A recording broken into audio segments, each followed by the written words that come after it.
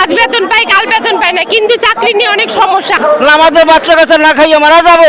23 বছর যাবত আমি আরবান হেলথ কেয়ারে কাজ করছি, কিন্তু হঠাৎ করে বললে আপনার চাকরি নাই। আমি সরকারের কাছে অনুরোধ জানাচ্ছি যেন আমাদের চাকরি বহাল থাকে। আমরা খুব অনাহারে আছি, চাকরি আমাকে দেয় না কেন? প্রধানমন্ত্রীর কাছে আমরা আবেদন জানাই। আমাদের বিল্ডিং সব চালু আছে, অচল কেন বললো? সেই অচলের পৃথিবী চাই আমরা, আর আমরা চাকরি চাই। আমাদের বাচ্চা কাচ্চা না খাইয়ে মারা যাবো।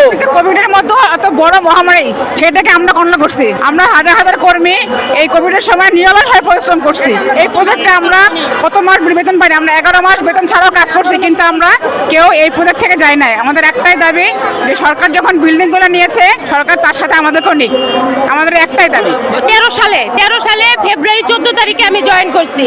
আজ বেতন পাই কাল বেতন পাই না, কিন্তু চাকরি নিয়ে অনেক সমস্যা। আজ যায় কাল যায়, কিন্তু শিশু সেবা দেয়, ইপিআই দেয়, ডেলিভারি করি, আমাদের স্বাস্থ্য সেবা দেয়, কিশোর কিশোরীদের সেবা দেয়। তারপরে 15 থেকে 49 বছরের মা ও মহিলাদের টিকা দান করি, বাচ্চাদের 10টি টিকা দান করি। প্রাথমিক চিকিৎসাটা সেটাও আমরা দেই। ভিটামিন এর ক্যাম্পেইন করি, আমরা হলো এমআর এর ক্যাম্পেইন করি, আমরা টাইফয়েড করছি, আমরা কোভিডকে নির্মূল করছি।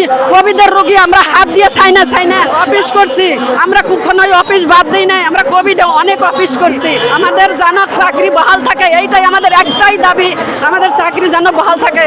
25শে জুনের পরে আমাদের বিল্ডিংগুলো আর চলমান নাই, সেই ক্ষেত্রে এবং জনবলও সেখানে নাই, এটা জানানো হয়েছে ভুল তথ্য অনুযায়ী ওনাকে। আমাদেরকে যখন চিঠিতে বলা হচ্ছে বিল্ডিং হ্যান্ডওভার করা হবে, কিন্তু আমরা যেখানে জনবল কাজ করছি তাদেরকে নেওয়া হবে না, তাদের সম্পর্কে কোনো তাদের কাছে তথ্য নাই। এবং আমি অ্যাডমিন অ্যাসিস্ট্যান্ট হিসাবে আমি প্রতি সপ্তাহে ব্যাংকে টাকা জমা দিচ্ছি, জনতা ব্যাংকে। আমার কাজ চলমান, আমার ব্যাংক স্লিপ সব কিছু জমা পড়ছে। 28 বছর থেকে আমরা চাকরি করছি, আমরা কিন্তু এই পর্যন্ত এসেছি। এই বয়সে আমরা কোথায় যাব? সরকারি নিশ্চিতকরণ লাস্ট হলো আপনার 62 বছর পর্যন্ত। আমাদের ভিতরে যাদের 62 বছর তাদেরকে বাদ দিক, অন্তত আমাদেরকে সেই পর্যন্ত অনুকরণ করুক। প্রধানমন্ত্রীর কাছে আমাদের আরবানের কর্মীগুলোকে উনি যেন একটু সুদৃষ্টিতে দেখে। আমরা এত দূর থেকে ছোট ছোট বাচ্চা ধুয়ে উনার মুখাপেক্ষী হয়ে এখানে এসেছি। উনি যদি আমাদেরকে একটু দয়া করতো, আমরা দুটো ডাল ভাত খেয়ে আমরা বাচ্চা কাচ্চা নিয়ে আমরা বেঁচে থাকতে পারতাম। আমাদের এতগুলো মা বোন ভাই, তাদের যেন পেটে লাথি মারা না হয়। আমরা তার কাছে ভিক্ষা চাচ্ছি, অনুরোধ করছি।